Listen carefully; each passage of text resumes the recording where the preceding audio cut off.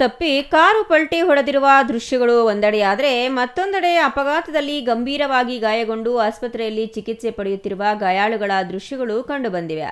ಈ ಘಟನೆ ಚಿಕ್ಕಬಳ್ಳಾಪುರ ನಗರದ ಹೊರವಲಯದ ರಾಷ್ಟ್ರೀಯ ಹೆದ್ದಾರಿ 44ರಲ್ಲಿ ನಡೆದಿದೆ. ಅಂದಹಾಗೆ ರಾಮಗಾನಪರ್ತಿ ಗ್ರಾಮದ ಆನಂದ್ ಎಂಬುವರ ತೋಟದಲ್ಲಿ ಟೊಮೆಟೊ ಬೆಳೆ ಬೆಳೆಯಲಾಗುತ್ತಿದ್ದು, ಟೊಮೆಟೊ ಸಸಿಗಳು ಖಾಲಿಯಾದ ಹಿನ್ನೆಲೆಯಲ್ಲಿ ಚಿಕ್ಕಬಳ್ಳಾಪುರ ತಾಲೂಕಿನ ಪಟ್ರೇನಹಳ್ಳಿ ಗ್ರಾಮದ ನರ್ಸರಿಯಿಂದ ಹೊಸ ಸಸಿಗಳನ್ನು ತರಲು ಕೆಲಸಗಾರರಾದ ತಂದೆ ಮಗ ಮುನಿಯಪ್ಪ ಹಾಗೂ ಗಂಗಯ್ಯ ತೋಟದ ಮಾಲೀಕರ ಕಾರಿನಲ್ಲಿ ತೆರಳುತ್ತಿದ್ದರು.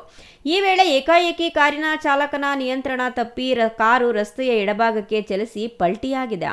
ರಸ್ತೆ ಬದಿಯ ಸಿಮೆಂಟ್ ದಿಡ್ಡಿಗೆ ಡಿಕ್ಕಿ ಹೊಡೆದ ರಭಸಕ್ಕೆ ಕಾರು ಹಲವು ಬಾರಿ ಉರುಳಿ ರಿವೀಸ್ ರಸ್ತೆಯ ಪಕ್ಕದ ಹಳ್ಳಕ್ಕೆ ಬಿದ್ದಿದೆ. ಪರಿಣಾಮ ಕಾರು ಸಂಪೂರ್ಣ ನಜ್ಜುಗುಜ್ಜಾಗಿದೆ. ಅಪಘಾತದಲ್ಲಿ ಕಾರಿನ ಚಾಲಕ ಸೇರಿದಂತೆ ಇಬ್ಬರಿಗೆ ತಲೆಗೆ ಗಂಭೀರ ಗಾಯಗಳಾಗಿದ್ದು, ಸ್ಥಳೀಯರು ಹಾಗೂ ಪೊಲೀಸರು ಗಾಯಾಳುಗಳನ್ನು ತಕ್ಷಣ ಚಿಕ್ಕಬಳ್ಳಾಪುರ ಜಿಲ್ಲಾಸ್ಪತ್ರೆಗೆ ರವಾನಿಸಿ ಚಿಕಿತ್ಸೆ ಕೊಡಿಸಿದ್ದಾರೆ.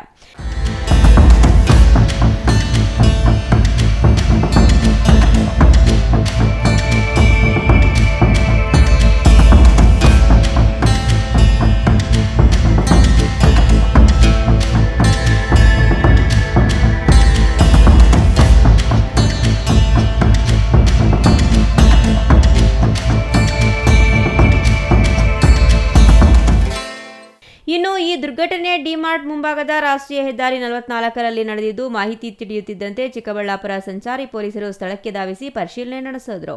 ಅಪಘಾತದ ಪರಿಣಾಮ ರಾಷ್ಟ್ರೀಯ ಹೆದ್ದಾರಿಯಲ್ಲಿ ಕೆಲಕಾಲ ಸಂಚಾರ ದಟ್ಟಣೆ ಉಂಟಾಗಿತ್ತು. ಬಳಿಕ ಪೊಲೀಸರು ವಾಹನಗಳನ್ನು ತೆರವುಗೊಳಿಸಿ ಸುಗಮ ಸಂಚಾರಕ್ಕೆ ಅವಕಾಶ ಕಲ್ಪಿಸಿದರು. ಈ ಸಂಬಂಧ ಚಿಕ್ಕಬಳ್ಳಾಪುರ ಸಂಚಾರಿ ಪೊಲೀಸ್ ಠಾಣೆಯಲ್ಲಿ ಪ್ರಕರಣ ದಾಖಲಾಗಿದ್ದು, ಮುಂದಿನ ತನಿಖೆ ಮುಂದುವರೆದಿದೆ. ತೋಡನಹಳ್ಳಿ ರಮೇಶ್, ಸಿಟಿವಿ ನ್ಯೂಸ್, ಚಿಕ್ಕಬಳ್ಳಾಪುರ.